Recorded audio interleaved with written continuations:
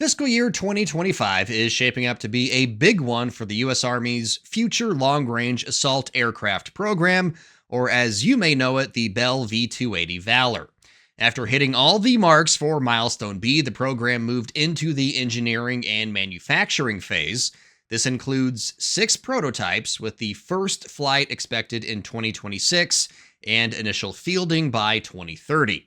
Designed for a variety of missions like air assault and medical evacuation, the tilt-rotor Valor was chosen to enhance the Army's H-60 Black Hawk fleet with its long-range, high-speed capabilities. But before a pilot gets their hands on the V-280's controls, they'll likely have to transition through a training helicopter.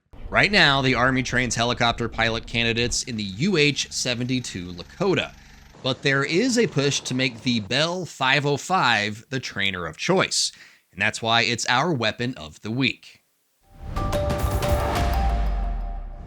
With more than 500 in use around the world, the Bell 505 is a proven platform that could be used to prepare pilots in ways the UH-72 Lakota just can't. The current training aircraft, it does a lot of things for the pilot.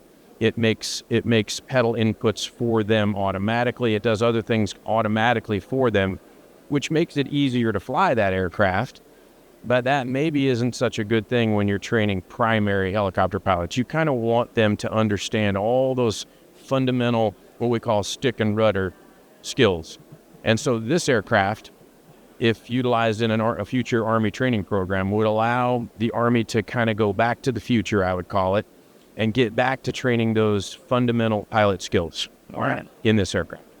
At AUSA 2024, Matt Durham, a senior manager at Bell Textron, walked us through some of the reasons why the 505 could help pilots get ready to move on to more advanced aircraft like the V280.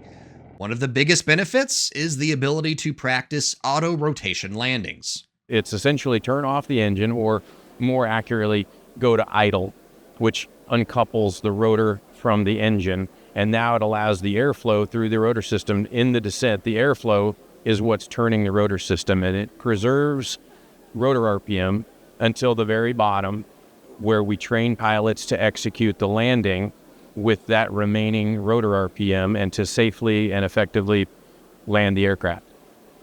And it's a very repeatable, very safe maneuver when done correctly. And it's a great confidence builder. It shows those pilots that, hey, if you ever lose all your power, this is how you put it on the ground safely, and everybody walks away.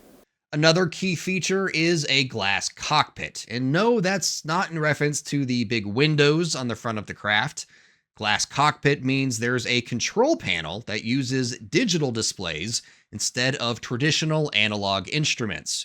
Instead of a bunch of dials and gauges, there are large screens showing important flight information in a clear, easy-to-read format. It's got a Garmin 1000 cockpit, so a very modern glass cockpit that's great for a modern training fleet, and it prepares pilots right away on working glass and going to their follow-on, whatever aircraft that might be. The idea is to make it simpler for pilots to access the information they need at a glance, improving safety and efficiency.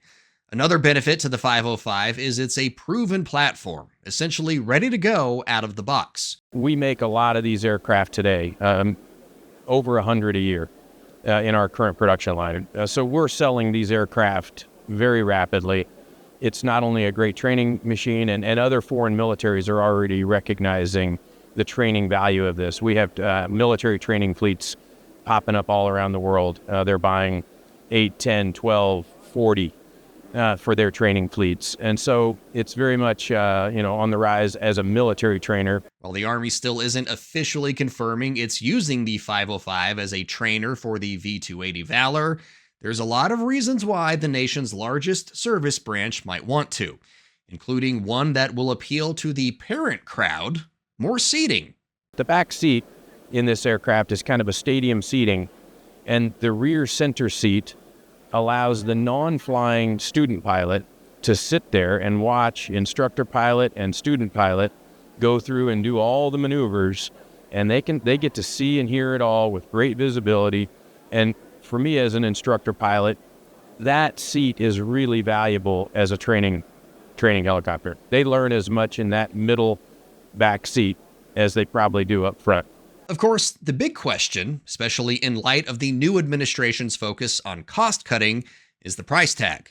The publicly available number for a 505 is around $2 million, which sounds like a lot until you consider in 2020, the Army paid a little more than $122 million for 15 UH-72s, which averages out to a little more than $8 million per aircraft.